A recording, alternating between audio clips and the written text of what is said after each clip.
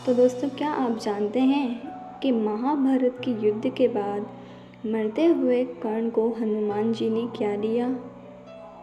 तो दोस्तों, दानवीर कर्ण के बिना महाभारत की कल्पना भी नहीं की जा सकती। साथ ही इस बात से भी इनकार नहीं किया जा सकता कि कौरवों के सेनापति कर्ण अपने प्रतिद्वंदी अर्जुन से भी बड़े धनुर्धर थे। इसकी तारीफ स्वयं भगवान श्री कृष्ण ने की थी। कर्ण, जो कि न केवल एक शक्तिशाली योद्धा थे बल्कि बहुत बड़े दानवीर भी थे। भगवान श्री कृष्ण भी कर्ण को बहुत बड़ा दानी मानते थे। भगवान श्री कृष्ण तो कर्ण की परीक्षा लेने गए तो कर्ण के व्यवहार से खुश होकर उसे वरदान भी दिया। लेकिन आखिर हनुमान जी ने उसे क्या दिया, तो आइए जानते हैं। दोस्तों, अनजाने में किए हुए कर्म और दूसरों की भलाई के कारणवश कर्ण को 3 श्राप मिले थे, जो कि प्राणघातक हुए। जो 3 श्राप मिले थे उनमें से 2 श्राप ब्राह्मणों ने दिए थे उन्हें। ये दोनों श्राप उन्हें अनजाने में बाण लगने से मिले थे।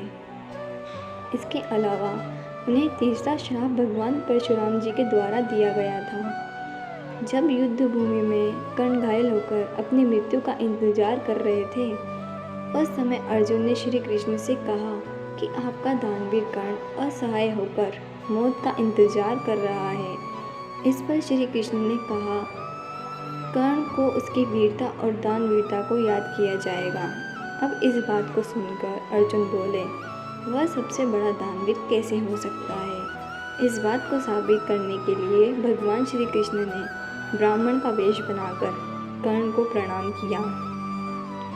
इस पर कर्ण ने वहां आने का कारण पूछा तो ब्राह्मण ने बताया कि मैं आपसे कुछ दान मांगने आया था, लेकिन आपके हालात देखकर अब कुछ नहीं मांगना चाहता, क्योंकि अब इस हालत में आप क्या दोगे? अब यह सुनकर पास पड़े पत्थर से कर्ण ने अपने सोने के दांत को तोड़कर ब्राह्मण को दे दिया। तभी भगवान श्री कृष्ण ने अपने वास्तविक रूप में सामने प्रकट हुए और कर्ण को वरदान मांगने को कहा। कर्ण ने 3 वरदान मांगे। पहले वरदान में अपने साथ हुए अन्याय को याद करते हुए भगवान श्री कृष्ण से अगले जन्म में उनके वर्ग के लोगों का कल्याण करने को कहा, और दूसरे वरदान के रूप में भगवान श्री कृष्ण के राज्य में ही जन्म लेने का वरदान मांगा, और तीसरे वरदान के रूप में अपना अंतिम संस्कार ऐसा कोई करे जो पाप मुक्त हो।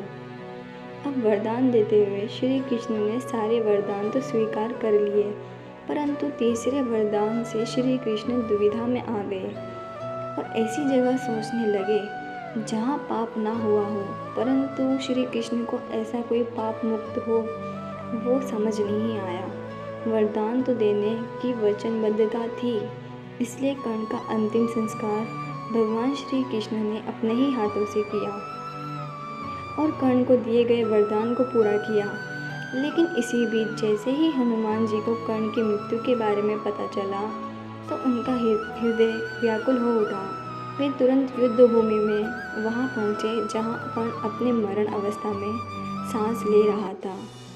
अब उनके पास जाकर वह फूट फूट कर विलाप करने लगे और कहने लगे, इस युद्ध में विजय होने से तुम्हें कुछ नहीं मिलता। श्री वासुदेव में होते हुए भी विजयी हो जाते तब भी कंगाल हो जाते, इसलिए विजयी पांडवों का ही अधिकार था। तुम लेने के लिए प्रसिद्ध नहीं हो, तुम तो देने के लिए प्रसिद्ध हो। इसके बाद हनुमान जी कर्ण को वरदान देते हुए कहते हैं, याद रखो कर्ण, लोग चाहे वह स्वर्गलोक हो या पाताल लोक, जब भी वीर महावीर की सभा में नाम लिया जाएगा तो सभी खड़े होकर तुम्हारे नाम की जय जयकार करेंगे।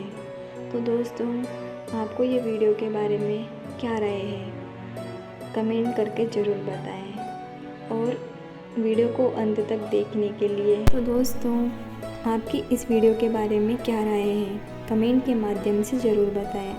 यदि आप हमारे चैनल पर पहली बार आए हैं तो इस चैनल को सब्सक्राइब भी ज़रूर कर लें और बेल आइकन को दबाना ना भूलें, ताकि हर आने वाली वीडियो का नोटिफिकेशन आपको तुरंत मिल जाए।